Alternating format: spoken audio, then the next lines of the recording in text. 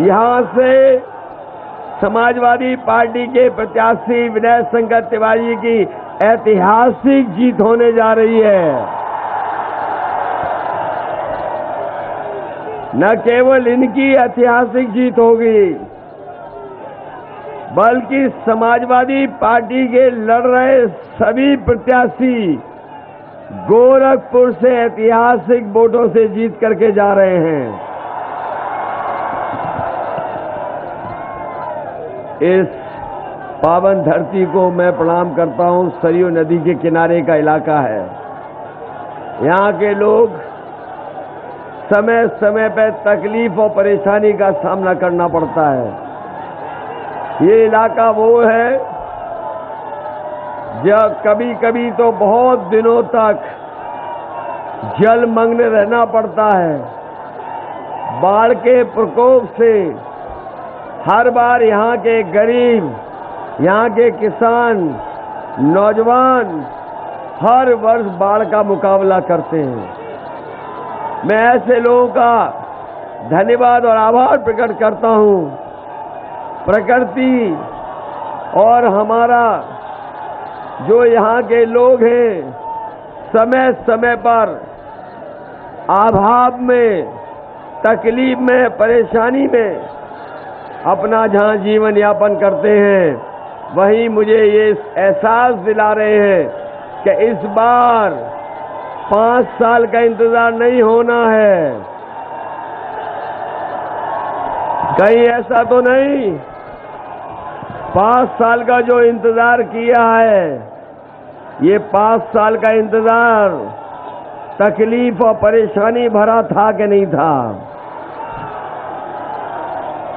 अगर हम मुड़ करके देखें, पीछे देखें कि किस तरीके से भारतीय जनता पार्टी की सरकार ने हमारी गरीब जनता को दुख और तकलीफ दी है, इनसे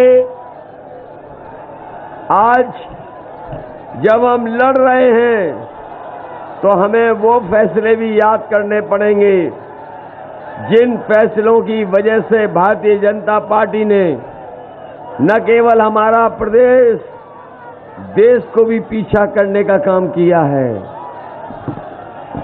हम आपको याद दिलाना चाहते हैं,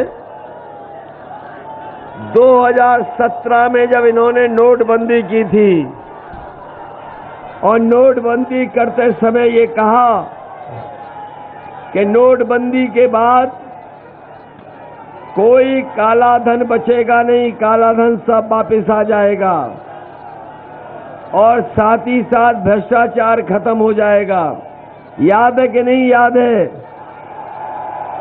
और हमारे व्यापारी जानते होंगे, आधी रात को जिस तरीके से कभी आजादी का जश्न मनाया गया था, उसी तरीके से रात में जश्न मना करके जीएसटी लागू कर दिया और जीएसटी लागू होने से कुछ उद्योगपतियों को तो फायदा हुआ, लेकिन हमारे आम कारोबारी, उद्योग चलाने वाले, छोटा मोटा कारोबार चलाने वाले, उन सबको इन्होंने बर्बाद करने का काम किया। न केवल ये याद करना है, बल्कि याद कीजिए, यही बीजेपी के लोगों ने कहा था कि हवाई चप्पल पहनने वाला हवाई जहाज में उड़ेगा। याद है कि नहीं याद है? लेकिन जैसे ही ये सत्ता में आए, बताओ हवाई जहाज बेच दिए कि नहीं बेच दिए? और हवाई जहाज जहां खड़े होते हैं वो हवाई अड्डे बेच दिए कि नहीं बेच दिए? आज जानकारी कर लेना, रेलगाड़ियां बिक रही हैं, रेलवे स्टेशन में जो कीमती जमीनें हैं वो भी बिक रही हैं, पानी का जहाज बेच दिया, बंदरगाह बेच दिया। कभी सोचा कि इन्होंने सब क्यों बेच दिया? वो इसलिए बेच दिया कि एक पुरानी कहावत सबको याद होगी, न रहेगा बांस जब सब बिक जाएगा तो फिर क्यों नौकरी और रोजगार देना? बताओ, नौकरी और रोजगार खत्म हो गए कि नहीं खत्म हो गए? इन नौजवानों ने 5 साल इंतजार किया कि नहीं किया? और बाबा मुख्यमंत्री तो यहीं के थे, बाबा मुख्यमंत्री तो यहीं के थे। ये किसको नौकरी देते रहे, किसको रोजगार देते रहे?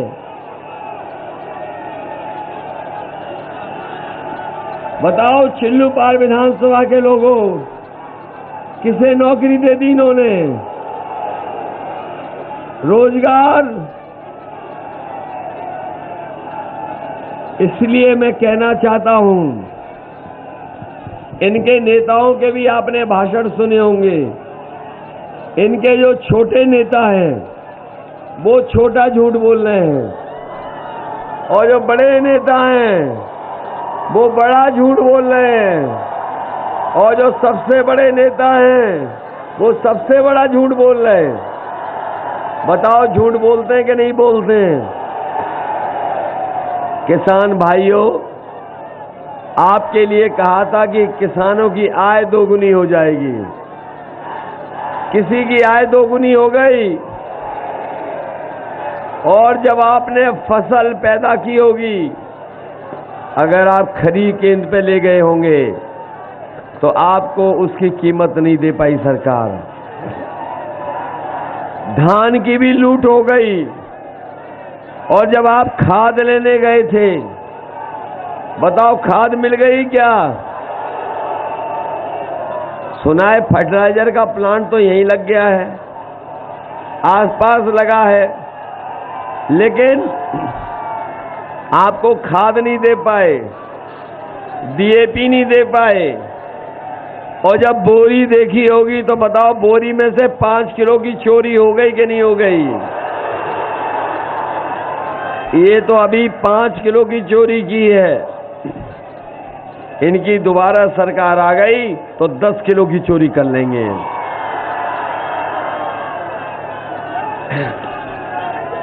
इसलिए सावधान हो कि नहीं सावधान? हमारे नौजवानों, मैं देख रहा हूं कई लोगों के हाथ में स्मार्टफोन हमें दिखाई दे रहे हैं। जिधर देखता हूं उधर मुझे थोड़े थोड़े स्मार्टफोन दिखाई दे रहे हैं। ये वही स्मार्टफोन तो नहीं जो बाबा जी ने दिए हैं? बाबा जी तो कह रहे थे हमने 1 करोड़ दे दिए। उन्होंने कहा लैपटॉप भी दे देंगे। लैपटॉप मिला किसी को? और आपको देते भी क्यों? क्योंकि बाबा जी खुद चलाना नहीं जानते, और उनकी एक तस्वीर देखी होगी आपने, जिसमें वो खुद पूरब देख रहे हैं और जनता पश्चिम देख रही है। तब पता लगा कि इन्हें स्मार्टफोन भी चलाना नहीं जानते।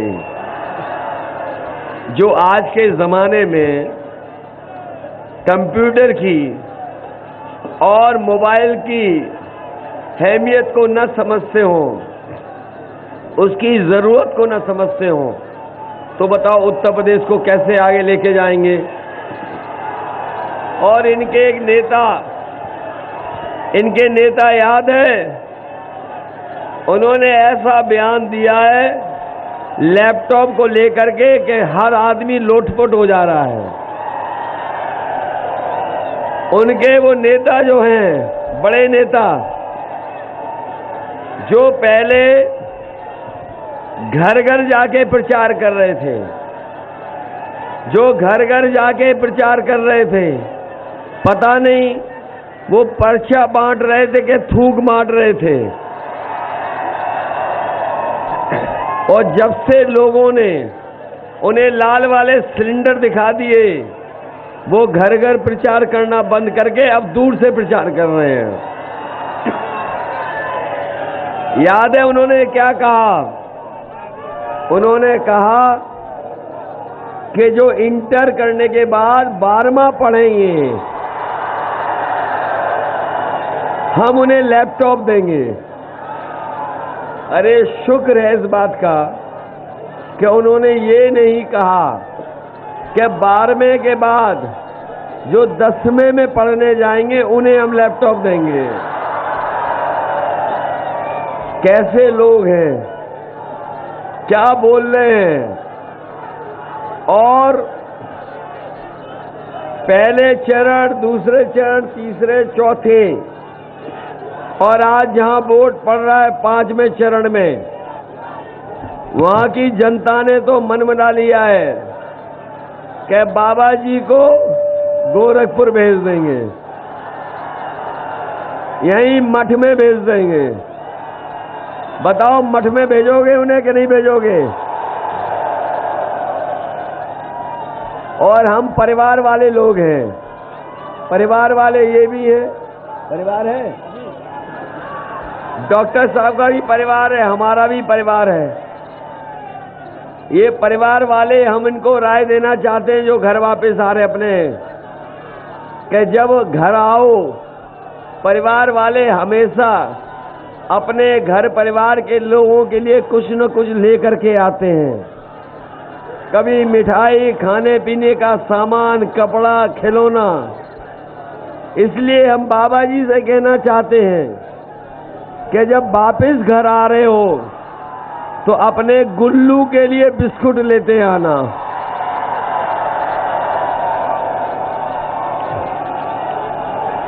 जो उनका गुल्लू है उसके लिए बिस्किट लेते आना। और इधर आपने देखा होगा कि इन्होंने गौशाला में बहुत सारी गाय माताओं को रखा। इतनी लूट कभी नहीं हुई होगी जितनी भूसे के नाम पर, गाय मां की सेवा के नाम पर लूट हुई है। और हमारी गाय मां भूखी मर रही हैं। और हमारे बाबा मुख्यमंत्री जी का जो प्रिय जानवर है, जो हमारे बाबा मुख्यमंत्री का प्रिय जानवर है, बताओ सड़कों पे टक्कर मार के लोगों की जान ले रहा है कि नहीं ले रहा है? जो सरकार हजारों करोड़ गौशाला के नाम पर चट कर जाए, उनसे क्या उम्मीद करोगे? और जिन्होंने न केवल महंगाई बढ़ाई है, बेरोजगारी बढ़ाई है, बल्कि 11 लाख पद नहीं भर पाए ये लोग सरकार के। बताओ 11 लाख पद खाली हैं कि नहीं नौजवानों? इसलिए मैं आप नौजवानों से कहना चाहता हूं, आप समाजवादियों की सरकार बनाइए। मैं आपको भरोसा दिलाता हूं कि सरकार के जितने भी पद खाली हैं उन पदों को भर करके अपने नौजवानों को नौकरी देने का काम समाजवादी लोग करेंगे। ये जो गर्मी निकालने की बात कह रहे थे, अक्सर हम सुन रहे उनकी बातें। वो कह रहे गर्मी निकाल देंगे। हम उन्हें कहना चाहते हैं समाजवादी सरकार बनेगी तो हम नौजवानों के लिए भर्ती निकालेंगे और पुलिस में भी नौकरी निकालेंगे। बताओ भर्ती बंद है कि नहीं है? हमारे नौजवान मेहनत करके, भाग करके, दौड़ करके जो सुबह सुबह दौड़ लगाते हैं, वो तैयारी कर रहे थे भर्ती की, लेकिन इस सरकार ने 3 साल भर्ती नहीं की। हमारे नौजवान वर्दी नहीं पहन पाए हैं। इसलिए गर्मी निकालने वालों को हम कह के जा रहे हैं, समाजवादी सरकार बनेगी तो फौज में और पुलिस में नौकरी निकाल करके अपने नौजवानों को वर्दी पहनाने का काम करेंगे। न केवल 11 लाख फौज पुलिस, बल्कि बीएड टीटी वाले जानते होंगे, बीएड टेट वाले, बीए टेट वाले जानते होंगे कि समाजवादियों ने तय कर लिया है कि आपको समायोजित करने का काम समाजवादी सरकार में होगा। ये हमारे बीपीएड वाले भी जानते होंगे कि इनकी मदद के लिए सुप्रीम कोर्ट तक मदद कर रहे थे। याद है कि नहीं याद है? इसलिए सरकार बनेगी तो इन बीपीएड वालों की भी मदद करने का काम समाजवादी पार्टी करेगी। बीपीएड वालों को रोजगार सेवक ये हमारे लगातार मांग कर रहे हैं कि इनकी भी समस्या का समाधान हो। अनुदेशक हैं, जहां जहां मिल रहे अनुदेशक, हमने उनसे कहा है रोजगार सेवक और अनुदेशकों का सम्मान करना और उनकी मांगों का मानने का काम समाजवादी सरकार में होगा। ये उत्तर प्रदेश के 2013 वाली भर्ती, इनके साथ भेदभाव हुआ था। याद है वही लोग हो जिनके साथ भेदभाव हुआ था? आप लोगों का नाम सूची में आ गया था और सूची में आने के बाद यही बाबा मुख्यमंत्री ने सूची बदल करके इनकी नौकरी छीनने का काम किया था। जब इनके साथी मिले थे तब भी मैंने कहा कि आप लोगों की कोई मदद कर सकता है तो वो समाजवादी पार्टी, इसलिए समय आ गया है। आपने 5 साल इंतजार किया है और इंतजार तो नहीं करोगे? और इंतजार तो नहीं करना चाहते? आपके लिए समस्या का समाधान कोई कर सकता है तो समाजवादी सरकार, क्योंकि समाजवादियों ने आपको नौकरी देने की बात की थी। इधर हमारे बाबा जी हमारे बारे में कहते हैं कि हम 12 बजे सो के उठते हैं। जब से उन्होंने 12 बजे उठने की बात कही है, हम भी आजकल उनके घर पे नजर रखे हुए हैं। और हमारे प्रत्याशी जी जानते होंगे, विनय शंकर तिवारी जी, कि उनका घर हमारा घर एक ही दीवार है। और आजकल मैं जब शाम को उधर देखता हूं तो धुआं उड़ता हुआ नजर आता है। और अभी कोई अधिकारी बता रहा है कि अब अचानक रात में उठ जाते हैं, रात में उठ करके मांगने लगते हैं। और कुछ दिन पहले पुताई वालों को मैंने जाते देखा, पुताई करने वालों को। मैंने पूछा कहां जा रहे हो पुताई वालों?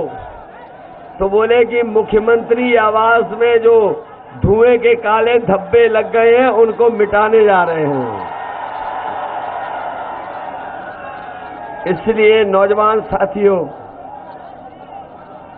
ये जो नौकरी रोजगार छीने गए हैं, बड़े बड़े सपने दिखाए गए।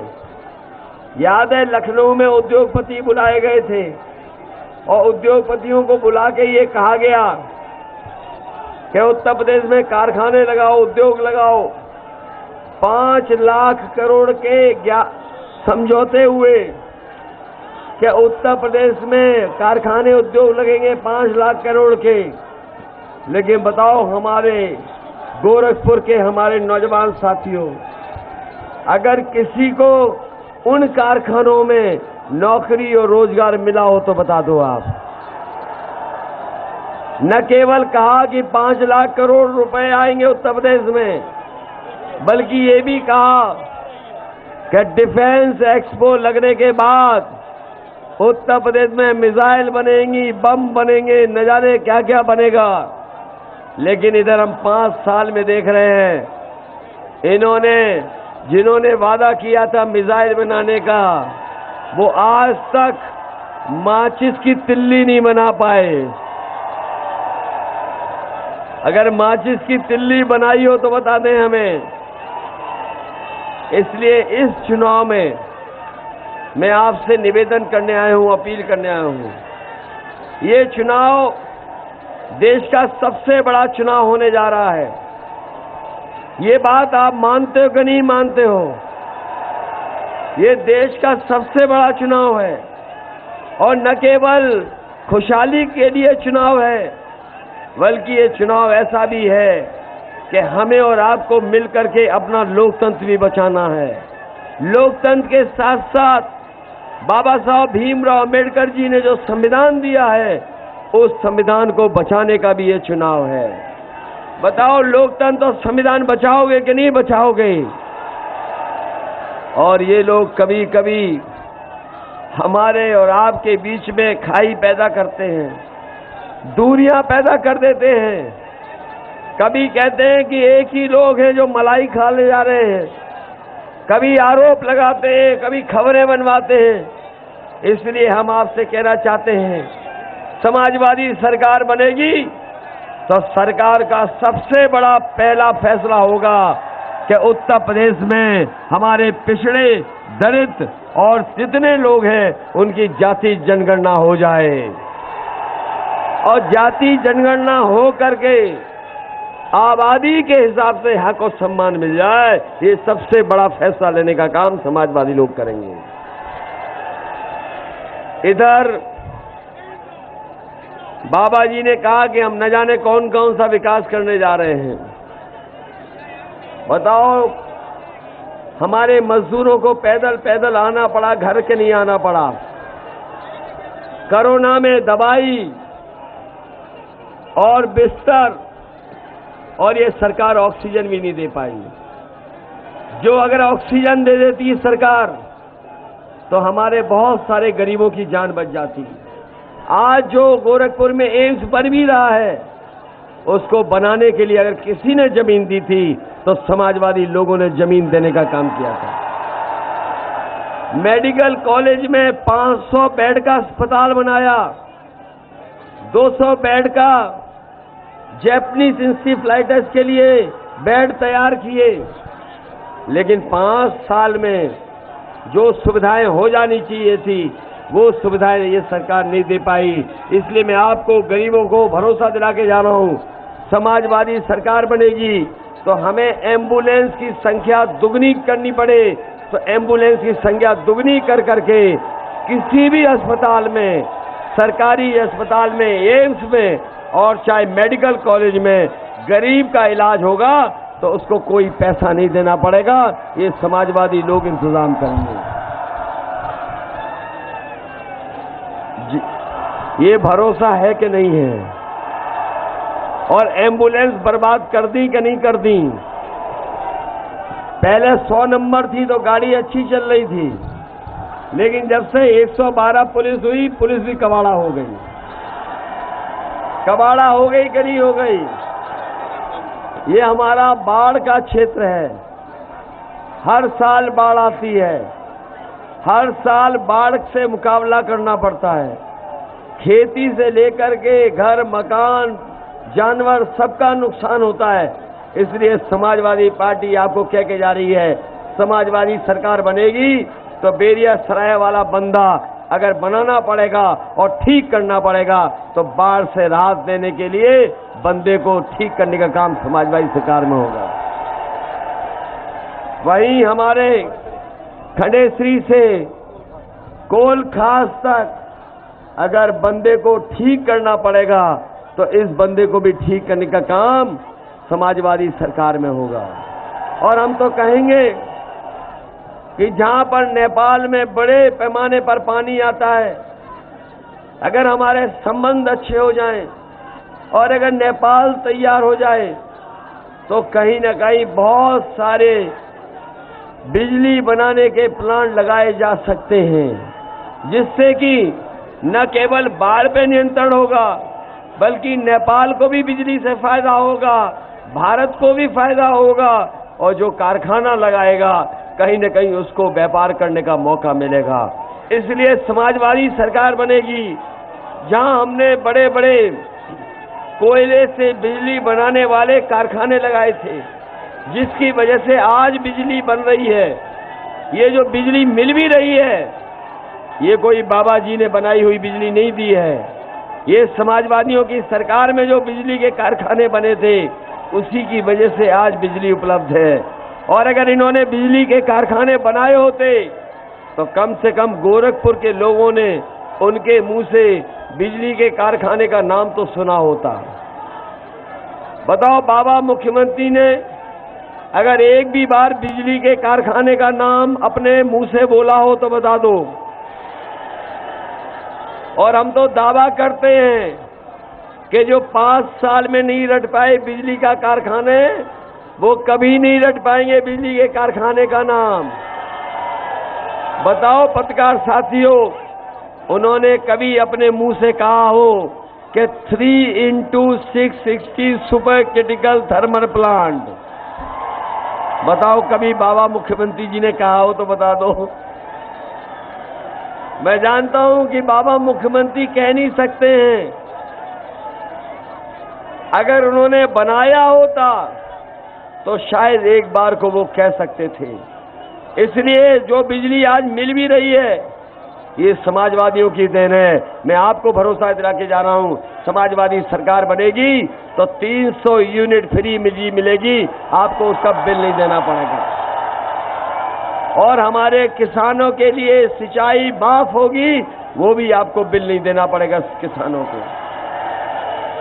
मुझे याद है कि जब से बुंदेलखंड की, मुझे याद है कि बुंदेलखंड में कभी बुंदेलों के समय तालाब बने थे।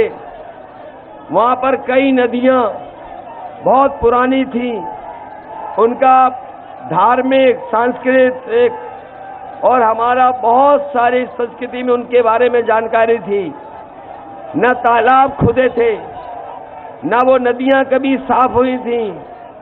अगर आपके बाढ़ से राहत दिलाने के लिए अगर नदियों की डीसिल्टिंग करानी पड़ी साइंटिफिक तरीके से, तो नदियों की डीसिल्टिंग साइंटिफिक तरीके से करा करके आपकी नदियों का पानी निकल जाए, नालों से पानी निकल जाए, वो भी इंतजाम समाजवादी सरकार में करने का काम करेंगे।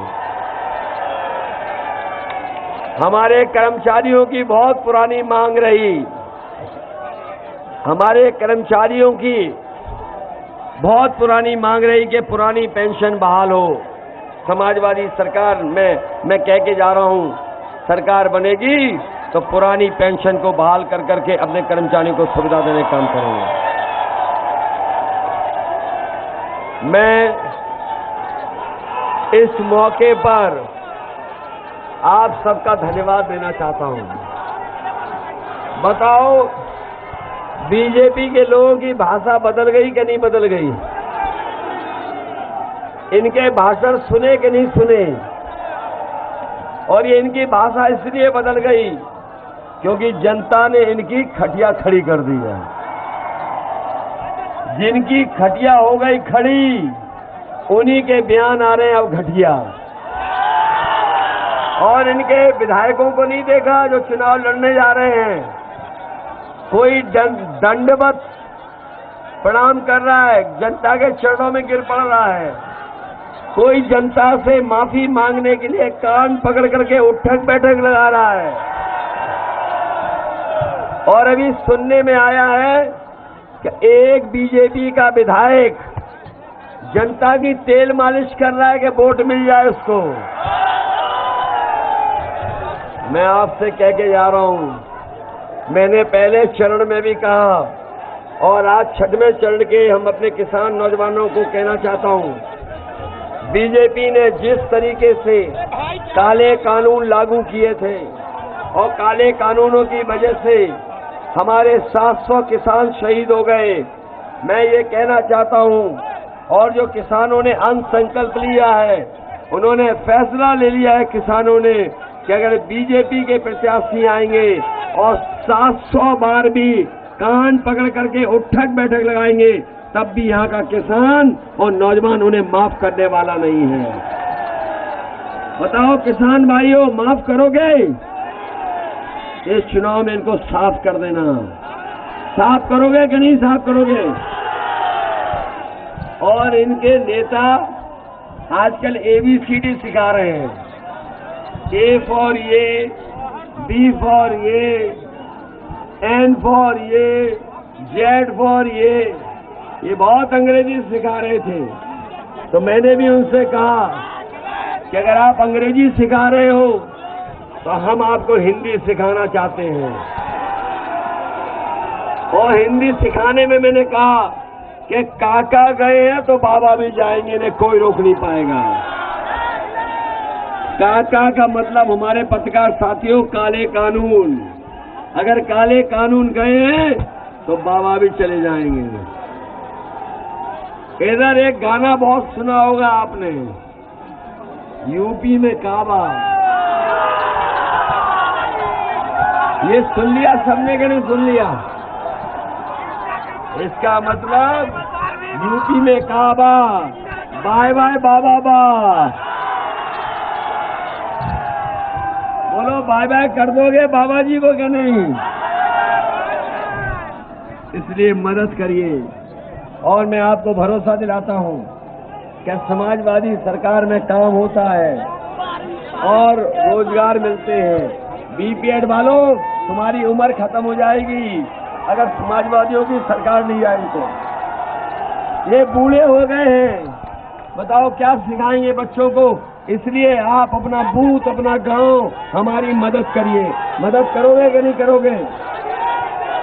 बताओ, ये बीएड और टेट वाले लोग और इंतजार तो नहीं करोगे? 5 साल इंतजार तो नहीं करोगे? और ये 69,000 वाले, 97,000 वालों, कहीं आप इंतजार तो नहीं कर रहे हो? देश दुनिया की ताज़ा तरीन खबरों से रूबरू होने के लिए सब्सक्राइब कीजिए आपका अपना चैनल NDTV भारत।